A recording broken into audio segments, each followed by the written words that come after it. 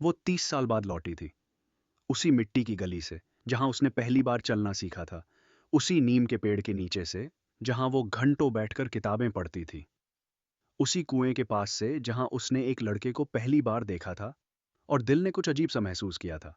लेकिन आज वो सफेद सरकारी गाड़ी में थी, कंधे पर आईएएस का बैज था और आंखों में वो सब कुछ था जो 30 साल में जमा हुआ था।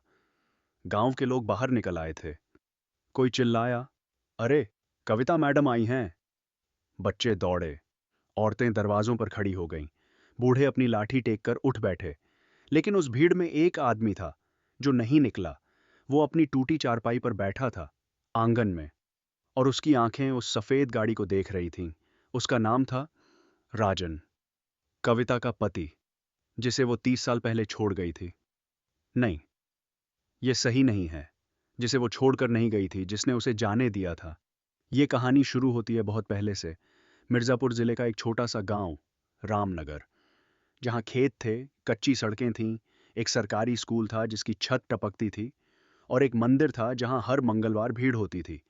इसी गांव में राजन सिंह रहता था, किसान का बेटा, 5 भाई बहनों में सबसे बड़ा।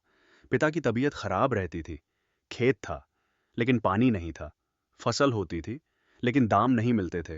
राजन पढ़ा लिखा था, 10वीं तक। फिर पढ़ाई छूट गई, घर की जिम्मेदारी आ गई, लेकिन पढ़ने का शौक नहीं गया। वो रात को लालटेन जलाकर पुरानी किताबें पढ़ता था, और उसी स्कूल में जहां उसने पढ़ाई की थी, एक आशिकी बबू यगा आई, एक नई लड़की आई, कविता, मास्टर जी की बेटी, जो पड़ोसी जिले से ट्रांसफर होकर आए थे। कविता की आंखें बड़ी थीं, माथे पर हमेशा एक छोटी सी बिंदी, और हाथ में हमेशा एक किताब। राजन ने पहली बार उसे देखा, नीम के पेड़ के नीचे। वो पढ़ रही थी, इतनी तल्लीनता से जैसे दुनिया में और कुछ था ही नहीं। राजन रुक गया। वो नहीं जानता था क्यों, बस रुक गया। धीरे धीरे दोनों की बातें होने लगीं, पहले किताबों की, फिर गांव की, फिर सपनों की। कविता कहती थी, राजन भैया, मैं एक दिन आईएएस बनूंगी। राजन हंसता था, आईएएस? यहां से? हाँ, यहां से। कविता की आंखों में एक अजीब सी रोशनी होती थी। जगह से फर्क नहीं पड़ता, मेहनत से पड़ता है। राजन उसे देखता रहता, और उस देखने में गौ धीरे धीरे कुछ और आने लगा। वो कुछ जो लड़के महसूस करते हैं, लेकिन कह नहीं पाते। 2 साल गुजरे। दोनों के बीच एक रिश्ता था, जिसे नाम नहीं दिया गया था, लेकिन जिसे दोनों महसूस करते थे। गांव में लोग देखते थे, बातें होती थीं। मास्टर जी को पता चला, उन्होंने राजन को बुलाया। राजन, तू अच्छा लड़का है, लेकिन कविता के सपने बड़े हैं। वो आईएएस बनना चाहती है। अगर तुम दोनों के बीच कुछ है बम, तो उसे अभी रोको मत। राजन चुप रहा। लेकिन मास्टर जी, नहीं, पहले उसे पढ़ने दो, ये अगर नसीब में होगा तो होगा। राजन घर आया, रात भर सोया नहीं। अगले दिन कविता से मिला। कविता, हाँ, तुम्हें दिल्ली जाना चाहिए, यूपीएससी की तैयारी के लिए। कविता ने उसे देखा। राजन, जाओ, यहां रहकर कुछ नहीं होगा। लेकिन तुम? मैं यहां हूं, रहूंगा। राजन ने उसकी आंखों में देखा। और तुम वहां से जो बनोगी, वो यहां के लिए भी होगा? कविता की आंखें भर आईं। राजन, तुम मुझसे कुछ नहीं कहोगे? राजन ने एक पल रुककर कहा, अगर कह दिया तो तुम रुक जाओगी, और मैं नहीं चाहता कि तुम रुको। वो दिन, वो शाम, नीम के पेड़ के नीचे, दोनों चुप बैठे रहे, बहुत देर। और उस चुप्पी में वो सब था जो कहा नहीं जा सका। कविता दिल्ली चली गई। पहले महीने एक पोस्ट कार्ड आया, यहां सब अलग है, लेकिन ठीक हूं, तुम कैसे हो? राजन ने पोस्ट कार्ड को बहुत देर तक देखा, फिर एक जवाब लिखा, मैं ठीक हूं, पढ़ो। बस इतना। और क्या लिखता? जो मन में था, वो कागज पे नहीं आता। पहले साल पोस्ट कार्ड आते रहे, दूसरे साल कम हो गए, तीसरे साल एक खत आया, राजन, यूपीएससी का पहला अटेम्प्ट फेल हो गया। बहुत मुश्किल लग रहा है, कभी कभी लगता है वापस आ जाऊं। राजन ने खत पढ़ा और जवाब लिखा, मत आना, एक बार और कोशिश करो, तुम कर सकती हो। उसने वो खत भेजा, और फिर रात को अकेले बैठकर सोचा, अगर वो आ जाए तो, अगर वो आ जाए तो मैं उसे रोक लूंगा, और तब उसका सपना, उसका सपना कहाँ जाएगा? राजन ने मन को समझाया, नहीं, उसे आने नहीं देना। इसी बीच गांव में दबाव बढ़ा। राजन की मां ने कहा, बेटा शादी कर लो। राजन ने मना किया, अभी नहीं। क्यों? उस मास्टर की लड़की का इंतजार है, वो दिल्ली में है, वो वापस नहीं आएगी। मां, राजन, दुनिया ऐसे नहीं चलती। वो पढ़ लिख कर बड़ी बनेगी, वो तुम्हें याद नहीं रखेगी। राजन चुप रहा। वो अपनी मां से बहस नहीं करता था, लेकिन शादी नहीं की।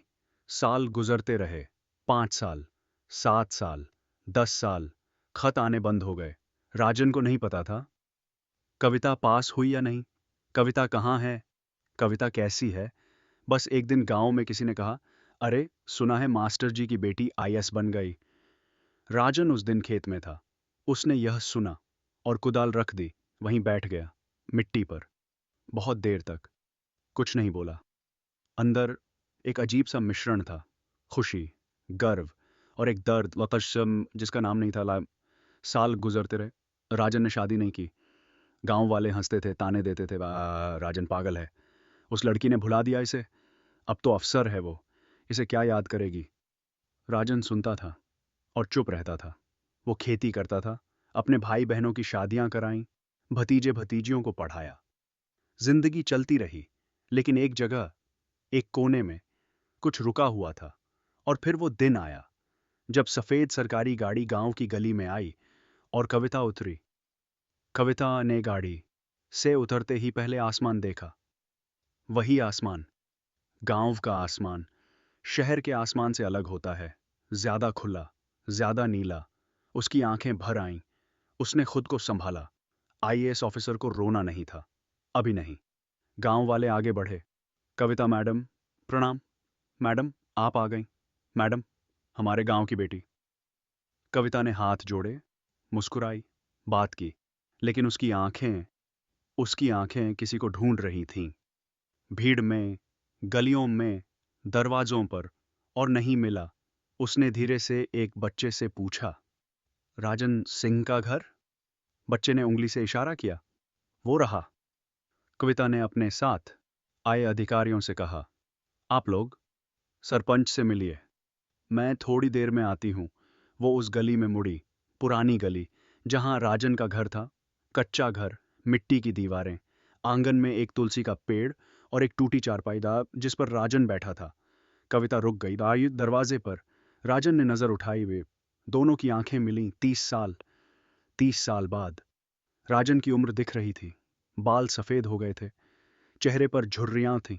हाथ, किसान के हाथ, खुरदरादामी, खुरदुरे और मजबूत। कविता बदल गई थी, साड़ी, बिंदी, लेकिन वही आंखें, वही बड़ी आंखें। राजन उठा, धीरे से। कविता, उस एक शब्द में 30 साल थे। कविता के पांव नहीं उठे, वो वहीं खड़ी रही और आंखों से, बिना आवाज के, रोने लगी। राजन आंगन से बाहर आया, कविता के सामने खड़ा हुआ।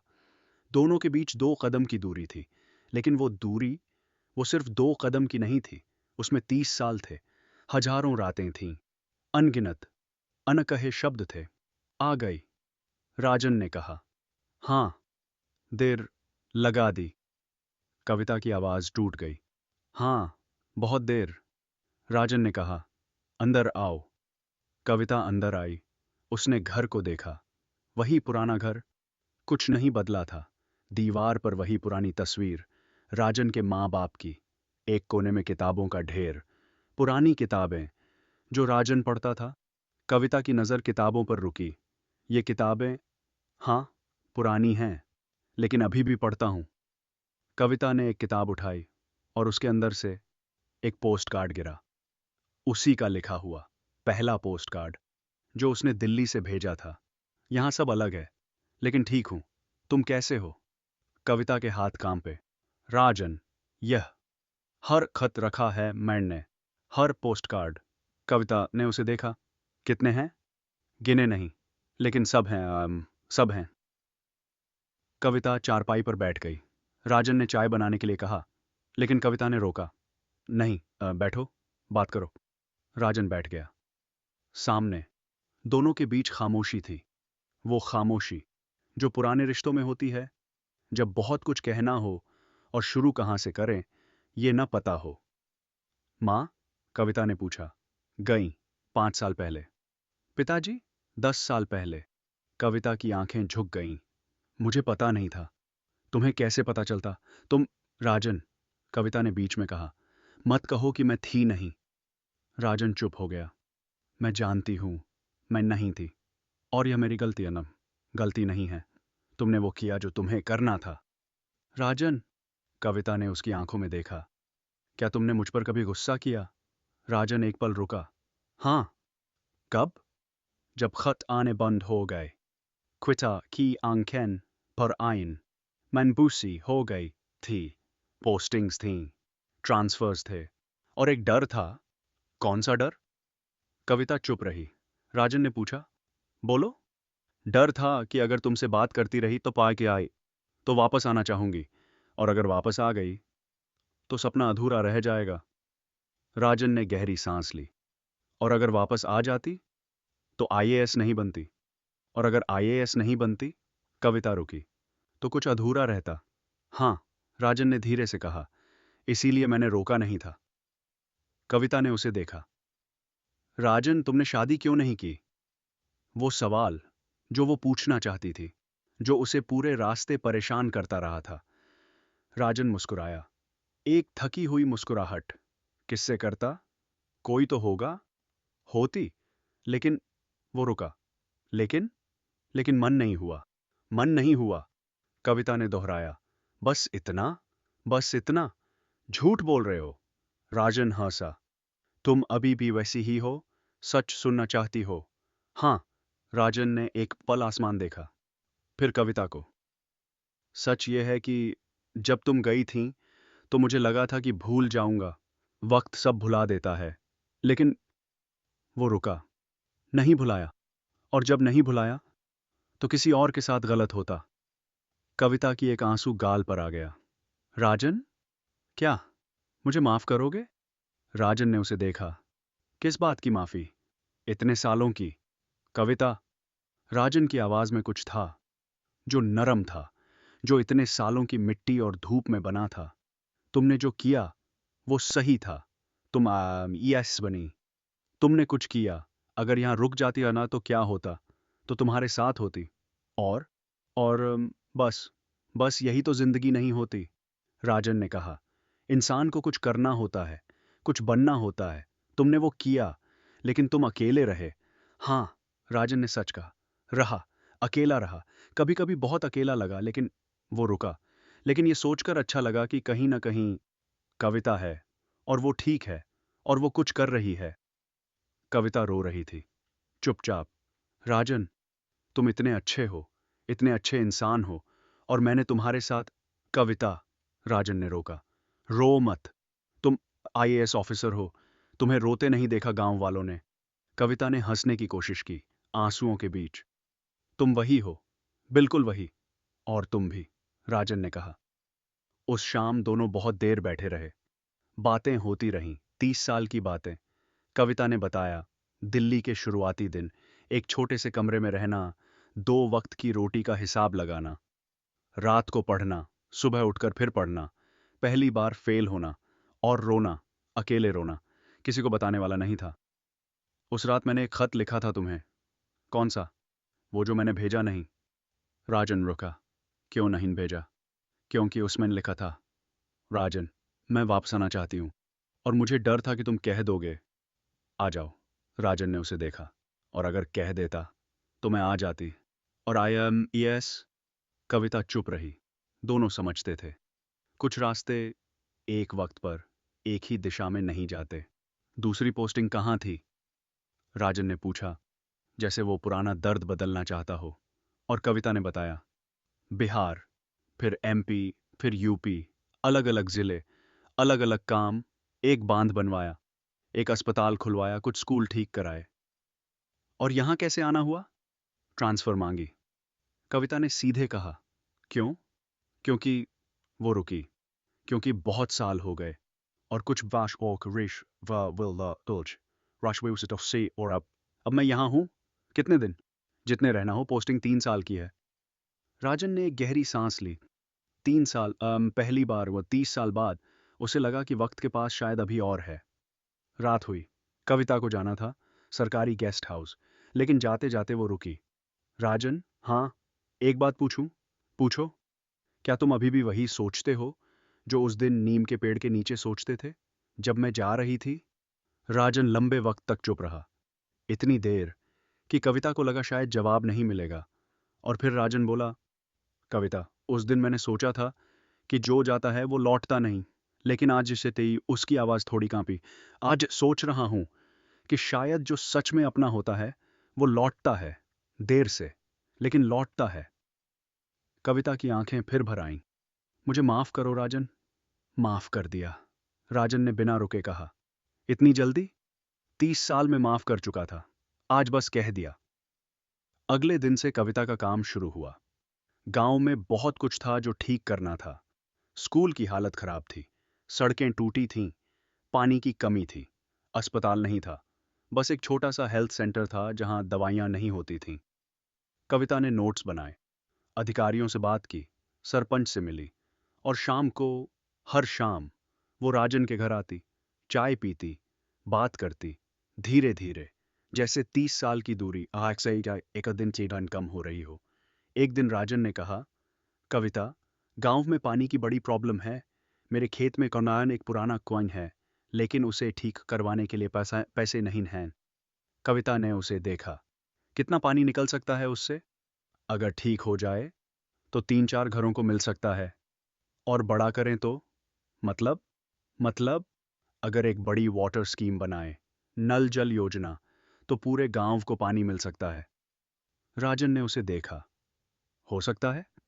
देखती हूं। कविता की आंखों में वो रोशनी थी जो बचपन में होती थी जब वो कुछ सोचती थी। राजन ने उसे देखा, और पहली बार बहुत दिनों में उसके मन में एक अजीब सी गर्माहट आई। कुछ हफ्ते गुजरे। कविता और राजन साथ मिलकर काम करने लगे। कविता ऊपर से, सरकारी योजनाओं के जरिए, राजन नीचे से, गांव वालों को जोड़कर।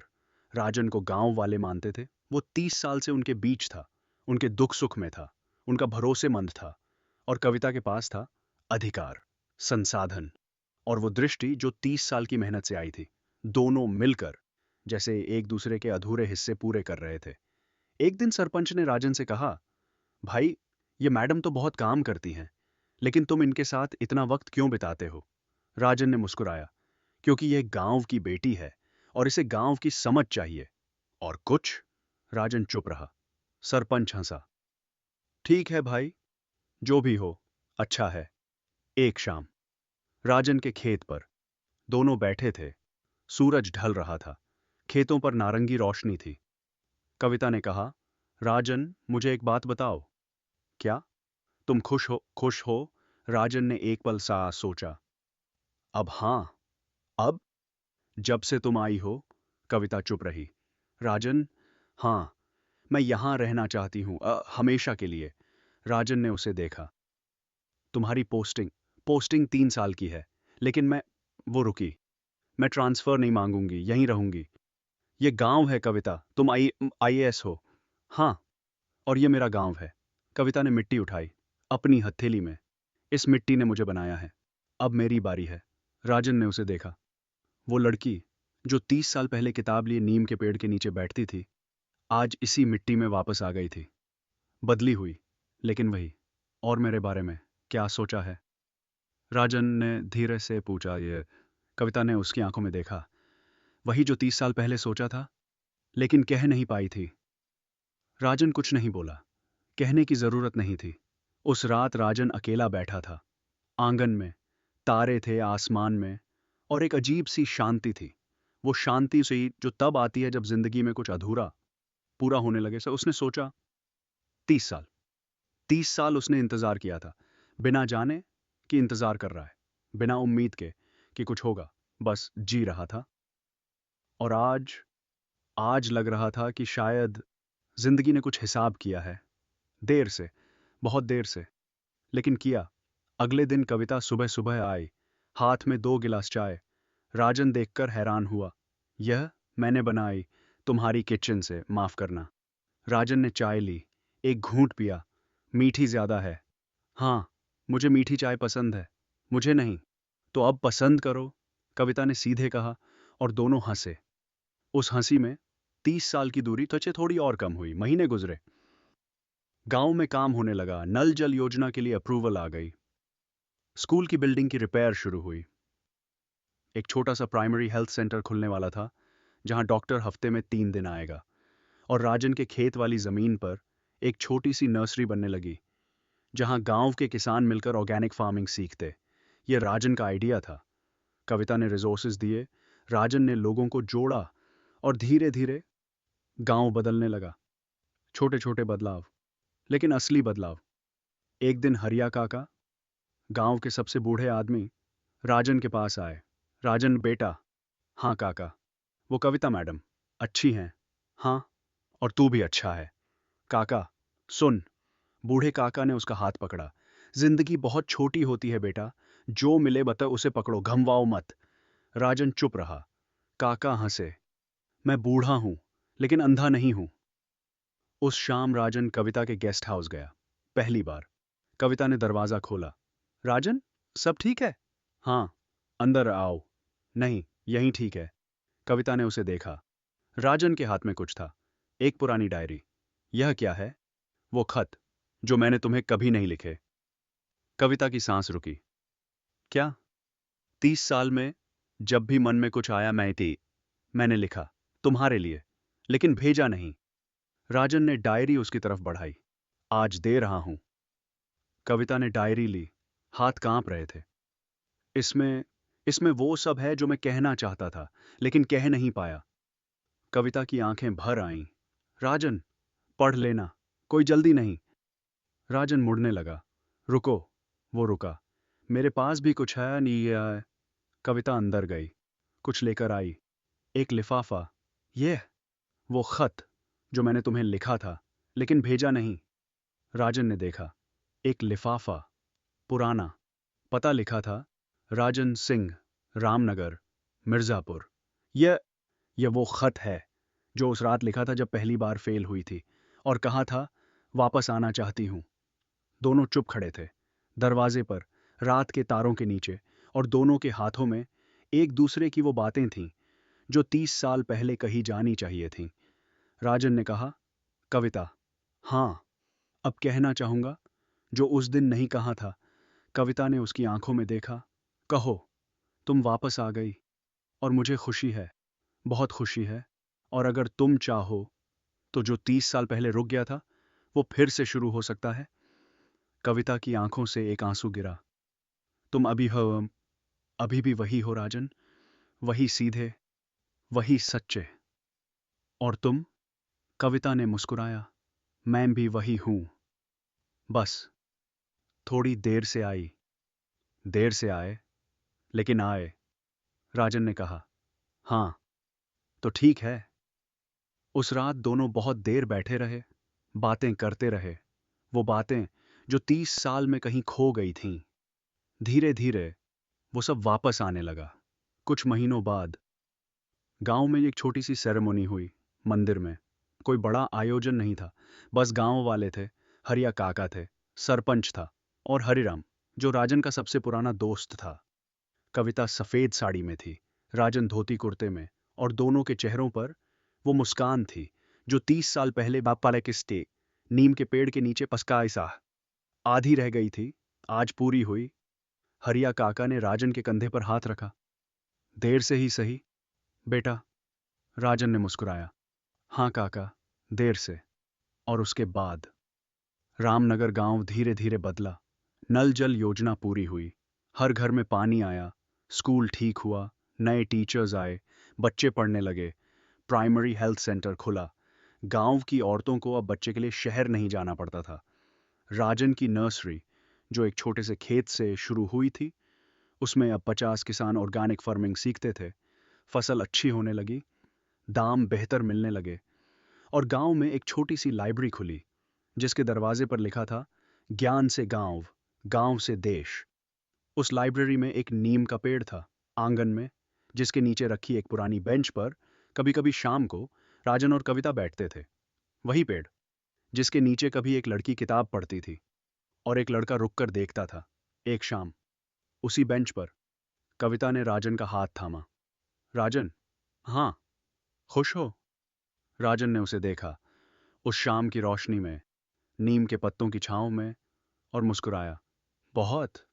इतने सालों बाद, इतने सालों बाद। और इसीलिए, राजन ने कहा, अगर देर ना होती तो इतनी कद्र ना होती। कविता ने उसका हाथ थोड़ा और कसकर पकड़ा। राजन, हाँ, अगर फिर से जिंदगी मिले तो उस दिन, नीम के पेड़ के नीचे, तुम मुझे जाने देते? राजन ने एक पल सोचा। हाँ। क्यों? क्योंकि तब तुम वो नहीं बनती जो आज हो, और तुम अगर वो नहीं होती तो यह गांव वो नहीं होता जो आज है। कविता की आंखें नम हुईं। और तुम अकेले रहते। हाँ, राजन ने सच कहा। रहता। लेकिन वो रुका। कुछ चीजें अकेले में भी पूरी होती हैं, और कुछ साथ में। अब साथ में। हाँ, राजन ने आसमान देखा। अब साथ में। रामनगर में उस शाम नीम के पेड़ से पत्ते गिर रहे थे। हवा थी। खेतों से मिट्टी की खुशबू आ रही थी। दूर कहीं किसी घर से खाने की महक आ रही थी।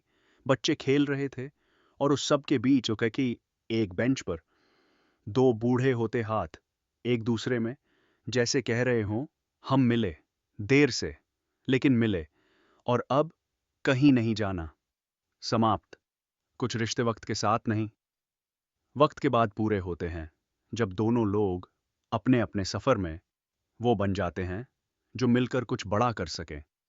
राजन और कविता की कहानी प्यार की नहीं, इंतजार की नहीं, बस एक वापसी की, जो सही वक्त पर हुई।